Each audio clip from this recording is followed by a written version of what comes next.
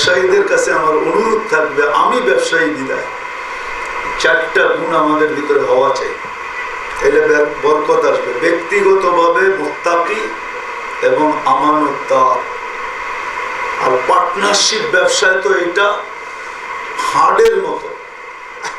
Partnership ব্যবসা যখন হবে, এটা হবে মানুষের যেরকম রূপ, এরকম প্রত্যেক পার্টনারকে আমানতদার হইতে হবে। আমানতদার যদি না হইল, তাহলে কিন্তু যেরকম মানুষের ভিতর থেকে রূপ বাহির হয়ে গেলে ডেড বডির কোনো দাম হয় না, এরকম ব্যবসা একদিন রূপ বাহির হয়ে চলে যাবে, শুধু ডেড বডিটা থেকে যাবে। এই জন্য পার্টনারশিপ হলে তো আরো বড়, যে প্রত্যেককে আমানতদার হইতে হবে। বুঝাইতে পারি না ভাই? আর সমষ্টিগতভাবে কাস্টমারের জন্য, শহরবাসীর জন্য 2টা গুণ হইতে হবে। স্বচ্ছ, আমাদের প্রত্যেকটা জিনিস স্বচ্ছ হবে, কেউ এসা যেন কখনো আঙ্গুল না দিতে পারে, স্বচ্ছ হইতে হবে। আর একটা হলো দয়ালু হইতে হবে। আর শ্রমিক যারা এখানে কাজ করবে, যদি তারা থাইকা থাকে, তাদের জন্য একটা কথা, তাদের জন্য একটা গুণ ভিতরে থাকতে হবে, যে আমি চাকরি করি না, এটা আমার প্রতিষ্ঠান, এটা আমার প্রতিষ্ঠান, এটা আমার প্রতিষ্ঠান। এটাকে শ্রম দেওয়া, এটাকে সেবা করা, সেবা দেওয়া, এটাকে উপরে উঠানো, এটা আমাদের প্রত্যেকের দায়িত্ব। আর মালিক পক্ষের জন্য আরেকটা কথা, শ্রমিককে কখনো চাকর মনে না করা, চাকর মনে না করা, নিজের সহযোগী মনে করা।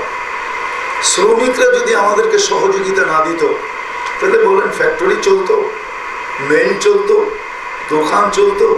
আপনার কর্মচারী যদি আপনাকে সহযোগিতা না করে, আপনি পারবেন একা সামলাইতে? তাহলে তাকে চাকর না মনে করা, এটা নিষেধ আছে। ওমর রাদিয়াল্লাহু তাআলা আনহুর কথার ভিতরে পাওয়া যায়, মাস্তান বা আতুমুন নাস, কর্মচারীকে কখনো তুমি কৃত দাস ভাইব না, বরং নিজের সহযোগী মনে করো, যে আমার সহযোগী। যেমন আমরা স্ত্রীকে একটা শব্দ ব্যবহার করি ইংলিশে, লাইফ পার্টনার বলে না, উনি আমার পার্টনার, তো ইনি আমার সহযোগী পার্টনার। মনে কিছু অন্য কিছু নিয়েন না, প্রত্যেক মালিকের কর্মচারীকে মনে করা উচিত সে আমার সহযোগী পার্টনার।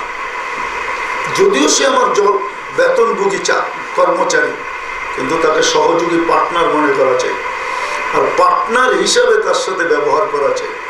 ইনশাল্লাহ এই কয়টা জিনিস যে প্রতিষ্ঠানে হবে, আমার বিশ্বাস ওই প্রতিষ্ঠান দুনিয়ার কোনো চক্ষু এটাকে নিচে ফেলাইতে পারবে না, কোনো দুনিয়ার কোনো দুশ্মনী এটার ভিতরে কাজে লাগবে না। হয় আজকের আমাদের জমানায় আমরা দেখতেছি, একটা প্রতিষ্ঠান কোথাও দাঁড়াইলে চতুর্দিক থেকে চক্ষু লাগে, চোখ পড়ে। আমাদের দেশের কালচারই তো এরকম, কেউ উপরে উঠতে চাইলে তাকে উপরে উঠতে দেওয়া হয় না, কেমনি টাইনা নিচে নামাবে, আত্মীয় স্বজন পর্যন্ত পিছিয়ে লেগে যায়। আমাদের দেশের কালচারই এরকম, একটা মাটির গুণ বলতে হবে। আমরা কেউ কারো ভালো দেখতে পারি না, কিন্তু অন্য দুনিয়ায় দেখবেন সামান্য একটা মানুষ, দেখবেন সে একটা কাজ শুরু করছে, এত বেশি তাকে লাইটিং করবে, অনেক উপরে উঠে দিবে। কিন্তু আমাদের দেশে এই সিস্টেমটা নাই।